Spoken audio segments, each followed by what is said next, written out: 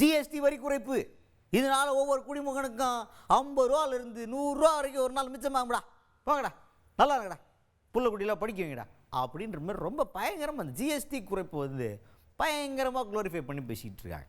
இப்போ இதை பார்த்துட்டு ஒருத்தர் என்ன கேட்குறாருன்னா, சூப்பர், நிறைய மிச்சமாயிருச்சு, எந்த கம்பெனியில் இன்வெஸ்ட் பண்ணுறதுன்னு தெரியல எங்களுக்கு.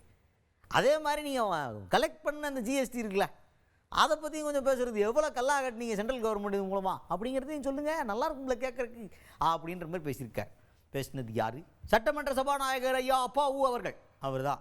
இப்போ அவர் என்ன சொல்கிறாரு அப்படின்னா, ஜிஎஸ்டினால் மிச்சமாகுது, ஜிஎஸ்டி வரி குறைப்புனால குடிமகன்களுக்கு நிறைய காசு, குடிமக்களுக்கு வந்து நிறைய அமௌண்ட் மிச்சமாகும்னு சொல்கிறாங்க. நல்ல விஷயம். இந்த மிச்சமாகிற அமௌண்ட்டை எப்படி இன்வெஸ்ட் பண்ணுறதுன்னு தெரியாமல் மக்கள் திணறிக்கிட்டு இருக்காங்க. ஓகே, அது ஒரு பக்கம்.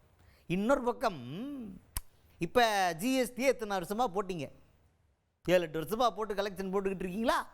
இது மூலமாக சென்ட்ரல் கவர்மெண்ட் எவ்வளோ கல்லா கட்டுச்சுங்கிறத பற்றியும் பேசலாம்ல. பல லட்சம் கோடி, அந்த கோடியை பற்றி பேசுறீங்க, நான் நல்லா இருக்கும்ல அப்படிங்கிற மாதிரி அப்பாவு அவர்கள் பேசுகிறார்.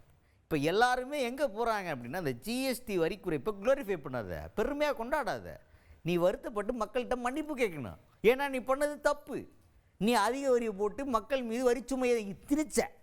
இப்போ அது தெரிஞ்சதுக்கப்புறமா, ஆய்வாளர்கள்லாம் சொன்னதுக்கப்புறமா மூளையில் உரைச்சி அதை குறைச்சிருக்க. அதுக்கு நியாயப்படி மக்களே தெரியாமல் 8 வருஷம் கலெக்ட் பண்ணிட்டோம், இந்த தடவையிலேருந்து நாங்கள் சரி பண்ணிக்கிறோம், எங்களுடைய தவறு தான், மன்னிச்சு அப்படின்னு மன்னிப்பு கேட்கணுமே தவிர பெருமையாலாம் பேசாத அப்படிங்கிற மாதிரி தான் எல்லாருமே இந்த ஜிஎஸ்டி வரி குறைப்பை பற்றி பேசிகிட்டு இருக்கிறாங்க. அப்பாவு அவர்கள் என்ன சொல்லியிருக்காரு இது தொடர்பாக அப்படிங்கிறத பாருங்கள். நேற்று நீங்கள் பத்திரிகையில் தானே காமெடி போட்டிருந்தீங்க, மாதம் 58 ரூபா முதல் 88 ரூபா வரை லாபம், இதை எந்த நிறுவனத்தில் கொண்டு தங்கத்தில் மூலதனம் பண்ணவா என்னன்னு சொல்லி ஜோக்கா போட்டாங்க, பார்க்குறியா?